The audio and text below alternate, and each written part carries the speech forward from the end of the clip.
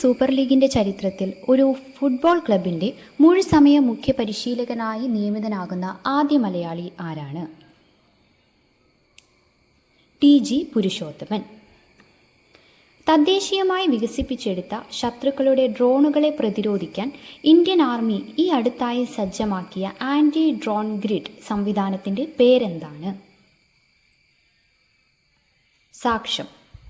2025 പ്രശസ്തമായ ഓടക്കുഴൽ പുരസ്കാരത്തിന് അർഹനായ സാഹിത്യകാരൻ ആരാണ്? EP രാജഗോപാൽ.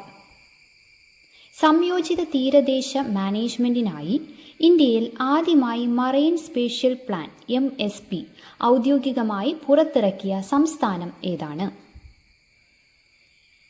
ഒഡീഷ.